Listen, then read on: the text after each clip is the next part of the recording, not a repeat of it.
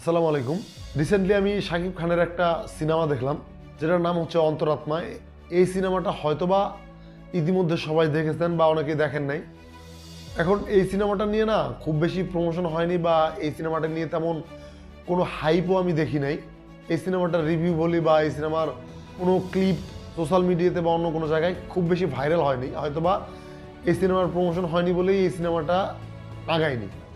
এখন আমার কাছে কেমন লাগলো এই সিনেমাটা, আমি মূলত শাকিব খানের রিসেন্ট যতগুলো কাজ দেখেছি তার মধ্যে এই সিনেমাটা আর সেই কাজগুলোর সাথে একেবারে পোষায় নেই। আমি এই সিনেমাটা দেখে খুবই হতাশ। যদিও এটা নিয়ে আমার খুব বেশি এক্সপেকটেশন ছিল, বিষয়টা তেমনও না।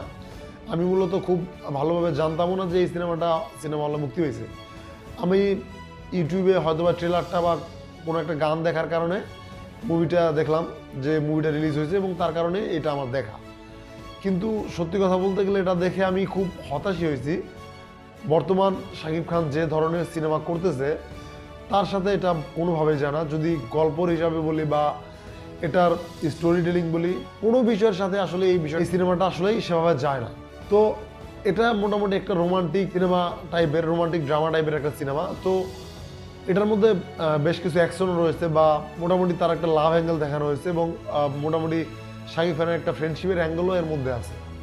তো এই সিনেমাতে মোটামুটি যারা কাজ করছে, অভিনয় করছে, তাদের সবারই অভিনয় মোটামুটি ঠিকঠাক ছিল। শাকিব খানের অভিনয় ঠিকঠাকই আমি বলবো, আপ টু দাম আর কিছু বলবো না।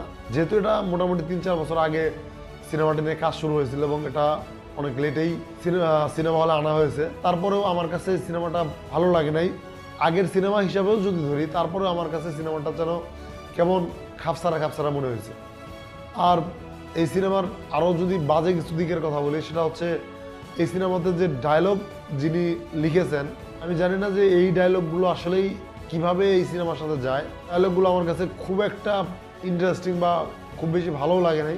মোট কথা এই সিনেমার স্ক্রিন প্লে বলি বা এই সিনেমার স্টোরি টেলিং বলি, কোনো কিছুর সাথে আমি নিজেকে সেভাবে কানেক্ট করতে পারিনি। তো আমার কাছে এই সিনেমাটা খুব বেশি ভালো লাগে নাই। আমি সত্য কথা বলতে গেলে এটা দেখে হতাশই হয়েছে বলা যায়। যদি আমি শাকিব খানের রিসেন্ট যে কাজগুলো আছে তার সাথে যদি কম্পেয়ার করি, তাহলে এটা খুবই নিম্নমানের একটা সিনেমা হয়েছে বলে আমি বলবো। যদি এটা 4-5 বছর বা তারও আগের সিনেমার কথা বলি, তাহলে হয়তো বা এটা কিছুটা ঠিকঠাক, আমি ভালো বলবো না, ঠিকঠাক বা বিলো এভারেজ টাইপের ছিল। কিন্তু বর্তমান কাজে যে শাকিব খান যে কাজগুলো করতেছে সেগুলোর সাথে এটা কোনোভাবেই যায় না। এবং এটার অ্যাকশনগুলোও ভালো লাগে নাই। ডায়লগের কথা তো বললামই, সেটা একবারেই ভালো লাগে নাই।